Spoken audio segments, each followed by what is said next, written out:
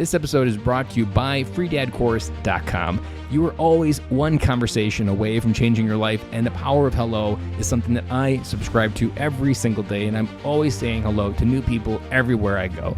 Increasing your opportunity, increasing your connection, and getting access to the solutions to the problems that you are facing, whether you're on active duty or just beginning your veteran transition or even transitioning out for 20 years. On the other side of hello are the solutions that you're looking for. Again, head on over to freedadcourse.com. Get your 5-episode audio course to create more connection, create more friendships, and get back to living the life that you're trying to design. Dory 1, this is Fireteam Delta. Dad's coming home. Welcome to the Military Veteran Dad Podcast, where it is our mission to bring every dad home. I am your host, Ben Killoy. I'm a United States Marine veteran, husband, and a father. We will bring authentic conversations to inspire action in your life so we can close the gap between the dad you are today and the dad you want to be tomorrow.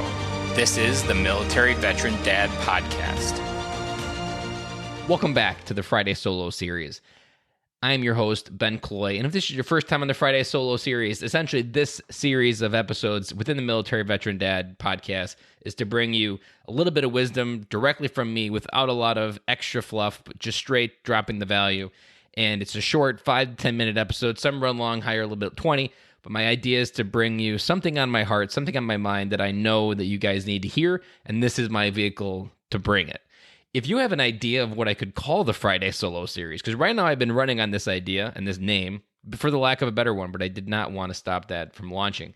So if you have an idea of what to call these series on the podcast, drop me an email. My email is ben@militaryveterandad.com. Today's episode is going to be a little bit outside the role of fatherhood, but at the same time, right at the heart of the matter, time management. So through probably the last 8 years, I was a student of time management to the 10th degree, almost an obsession of how could I re-engineer my time? How could I reinvent the processes during the day? And this was all around the idea of going to a job every day. Now, on the other side of that job, being an entrepreneur, going all in on this idea of being an entrepreneur, all of these processes have carried over. Like it's almost instinctively for how I should structure my time and how I should organize my work. And it comes second nature because I spent almost 8 years in the student of time management. And today I'm bringing you an idea of budgeting. Well, some people might have heard of budgeting when it comes to money. And if you haven't, that'll be a future episode. But for now, budgeting is this general idea within money and your household income to give everything a job. That you have, say, $2,000 come into your budget every month. It is your idea and your job to give all $2,000 a job. Is it this dollar's job to pay the utility bill? Is it this job to give it to pay your property taxes? Is it this dollar's job to keep your heat on? Every dollar to feed your family. All of these dollars have a job. And if you don't give them a job, it's a very important rule of budgeting, they will find a job all on their own. You will have those feelings at the end of the month that says, man, where did all my money go? It's because they got legs and ambition and they found their own way to work and they found their own job to do without you really even knowing it. Which is why in budgeting, giving every dollar a job is a super fundamental process to manage your money in a family, to ensure that you don't spend more than you make. But that's not what we're here to talk about in this podcast episode. We are here to talk about time management. Well, Ben, you're asking, what does budgeting have to do with time management? There was this idea maybe like 5 years ago that I came onto, and essentially the Killoyism goes, budget your time like you do your money. So, I can guarantee you've had the day at work, and you look back and you were like, is it really 4:30? My inbox isn't done. I have work on my desk. I didn't respond to that boss's email. And somehow the time got legs and found a place to go all on its own. And you were doing it. The time was kind of right there in front of you flowing by. But at the same time, it got its own job. You got distracted. You answered a phone call. Maybe someone came into your office. Life happens when you're doing life. And the idea is that you budget your time like you do your money. So you need to give your time a job. So, okay, now we're getting into how does this budget apply to time management? That we need to give every minute of our 8-hour day a job. Now, you could instantly think, well, that sounds a little bit overwhelming. There's a lot of minutes in the day. And it's a lot even more overwhelming because there's not a lot of tools, like a budgeting tool for time management. Now, there's task management, there's project management, there's project schedules. But as I entered this space, a lot of it is extremely overwhelming. And it's overly complex for the basic idea. What simple works is what's going to work. So and the best tool you have is part of every office. It's right there in front of you. You kind of only use it for one purpose, for meetings, for scheduling meetings. But this tool of scheduling meetings has a unique thing about meetings. So let's break that down for a minute on meetings. That with meetings, you have this idea that someone has said, I need an hour of your time. They send you a meeting invite that gives that hour of that time, 60 minutes, a job. It goes in your calendar. Those 60 minutes will most likely happen, and that job for those 60 minutes will occur. But what about all the other minutes? They just kind of have a free-flowing hope that you know what to do in that given moment. So there's two aspects of this that make this process not pretty bulletproof, but it also gives you the ease of mind of letting it go, of letting the anxiety go of controlling your time, because it's a lot to keep up with. You can go home and just have all this work on your head, and that work prevents you from coming home to your family.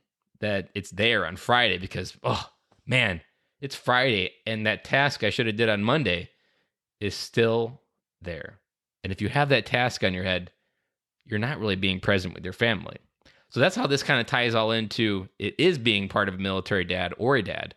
But at the same time, it comes into play of how you show up as your family when you walk the door and come home.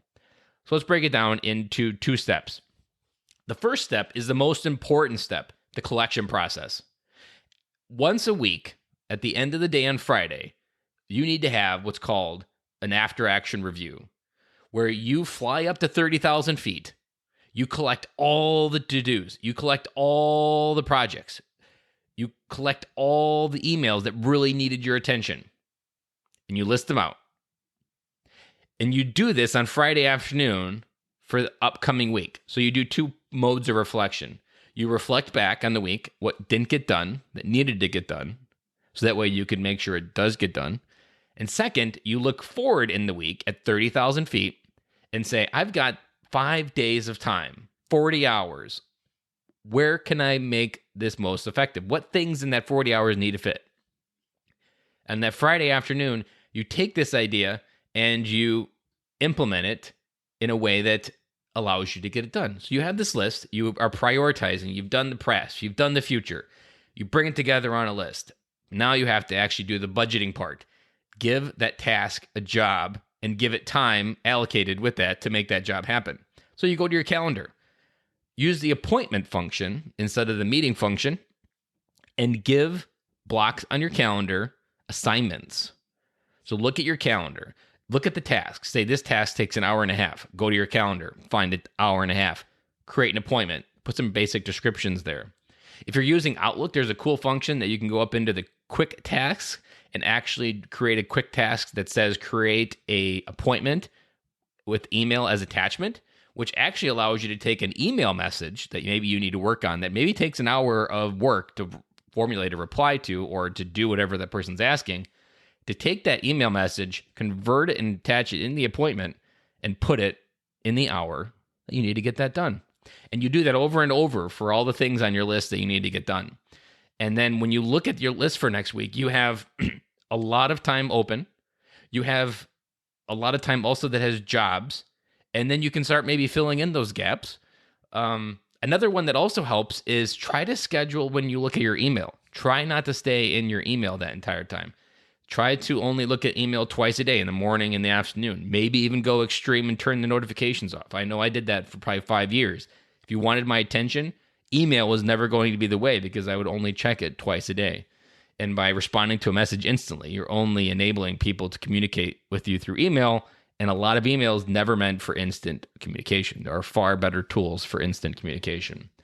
So you've got your calendar. You've planned out, you've created 15, 20 appointments in all different kinds of buckets for your calendar on your upcoming week. And you look at it and you're like, I can do this. You feel empowered. Your mind feels free. You got all that clutter out of your head.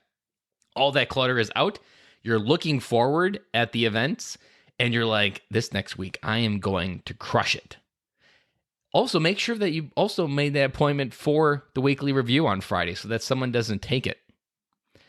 And I say take it because people take your time, whether you consciously acknowledge it or not.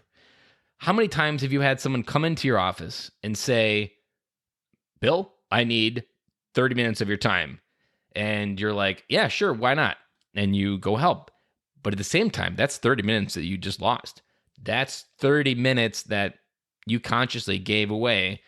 And you honestly, when you said yes, you didn't know what you were saying no to. And this is a very important principle within this method of putting time on your calendar. That when you know what's on your calendar, you know all the tasks, you have this battle plan of how to conquer the week. And someone walks into your office and you say yes, you can pause for 15 seconds, check your calendar, and look at the task that's supposed to be done right now. Because now you know exactly what you're saying no to. You know that this 30 minutes had a job. And if you say yes to his task, this task will not get done. Because the rest of the time, there's already jobs going on. It's going to be this constant flowing thing that you got to keep moving on to task to task. You can't just domino and hopefully it flows over. It's going to fall apart. The house of cards is going to collapse. And maybe his 30 minutes is important enough to say no to what's on your calendar. Or more likely is going to happen, you're like, Bill, this really isn't a good time right now. I've got to get this done. Can we maybe meet next week and put some time on the calendar? You've then deprioritized his problem, which maybe is either urgent or important or not important at all, but you really don't always know that. And maybe he won't ever come back next week and take your time because maybe he was trying to have you help him with something and maybe he didn't want to do it. So this gives you all the control back to really have the freedom to choose where your time goes. And if you want to get to an advanced level of this, something that's like, if you go this weekly review, go a little bit higher. Make a 1-hour appointment at the beginning of each month and create a monthly project list. Go 50,000 feet in your life and say, what are the major things that I need to accomplish in my life, in my career, that need to happen by the end of the month? And now you're actually you're budgeting at a much higher level. You're budgeting almost at like in the future, like retirement. You're planning. You're going to make sure that that big idea got accomplished. Not the little stuff, but some of the big stuff that you want to really attack in your career. And then weekly, you're reviewing all those actions. What didn't get done? You're keeping that plan and realigning towards those big goals that you set up in the beginning when you did that 1-hour projects review on that first day of the month. Those pre-planning sessions and this weekly reflecting on the past, reflecting forward, using your calendar as your budget and letting your calendar be the budgeting tool that allows you to give every minute of every day a job, whether it be budget the time to reply to this email if it's more than 5 minutes. If you can't delegate or reply within 3 minutes on an email, it should be scheduled. You shouldn't be spending a lot of time in your inbox. If you've got that time in your calendar where you are scheduling it, and you say you block out an hour in the morning and in the afternoon, that's perfectly fine. Let as much email consume your time within that hour as possible. That's what you've budgeted it for. You can reply. Maybe it's a 10-minute reply, and you've got it. And if you don't have a big inbox, you can handle that. This also strategy, when you do at the time of the email, you might have heard the term inbox zero, where you consistently, everything in your inbox is kind of actionable. And as long as you leave it there, it's actionable. And you kind of keep working through that 2 times a day and scheduling it. You review your inbox to see what things need to get scheduled, what things didn't happen. Keep the vehicle moving, because so often it can get stuck. And you just get in this repeat cycle of over and over, and burnout happens so quickly. It was me. I can honestly say I was burning out with the amount of work and the amount of mental energy I had in my head still focused on the things that I did not get done, which would mean maybe I came in back or I turned my computer on at 9 o'clock before going to bed because I needed to get stuff done. But at the same time, that's my family time and that's my me time. That's my self-care time. And it came down to a point where if I didn't get what I wanted done during the day, that wasn't a punishment for my family. They shouldn't suffer. That just meant I had to double down and try to be more effective with my time management and budgeting my time like my money. These ideas will just, when you go into a Friday and you've done this after action review on the week and looking forward in the next week, you will just feel like $1,000,000, especially that first time, because your mind isn't for holding things in. Your calendar can be that tool that lets it out of your head. And as long as you keep this process going, your brain will start trusting it, knowing that it doesn't have to try to keep everything in there.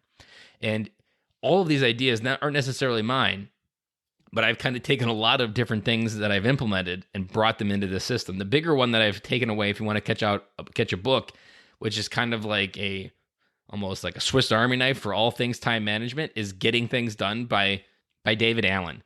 David Allen's book kind of brings out a whole bunch of other systems, but this idea of the calendar and budgeting your time like your money is something that completely transformed my life. On the other side of my pivot and having this entrepreneur, I have budgeted time in my calendar for grocery planning, cleaning the house once a week.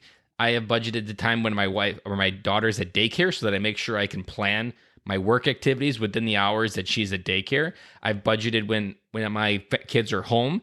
I've budgeted when I have a meeting. I've budgeted when I publish these podcast episodes. I've budgeted when I work on socials for the podcast episodes. All of these jobs are already assigned, and now I just need to keep executing. And more importantly, I'm going to have a lot of people coming into my life that want time. And these conversations are going to happen. I want them to happen. But I'm going to be saying yes to those conversations. And at the same time, I'm going to be saying no to those conversations at the same time. Perfect example was yesterday. Yesterday, I got a phone call from a friend. He locked his keys in his car. Knew that I didn't have a job. Wondered if I'd give him a ride. I did. And it took about an hour and a half of my time because afterwards we got done and he offered to buy me a breakfast.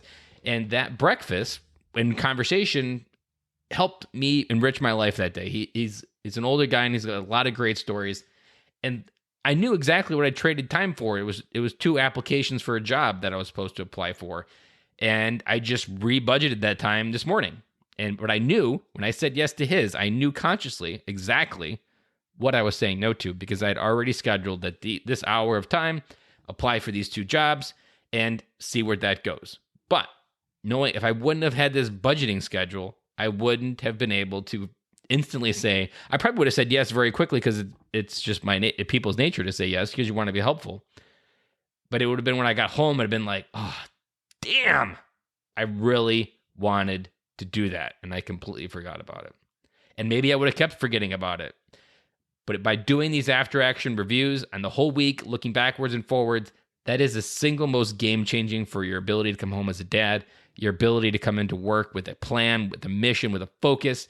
And that, dads, will help you come home. So with that, I hope this episode helped. It's a lot of different information, but I am positive if you implement even 50% of what I just talked about in this episode, your mind will be more freer or clearer when you come home on Friday. So with that, I'd like to sign off, and I will talk to you again on Monday.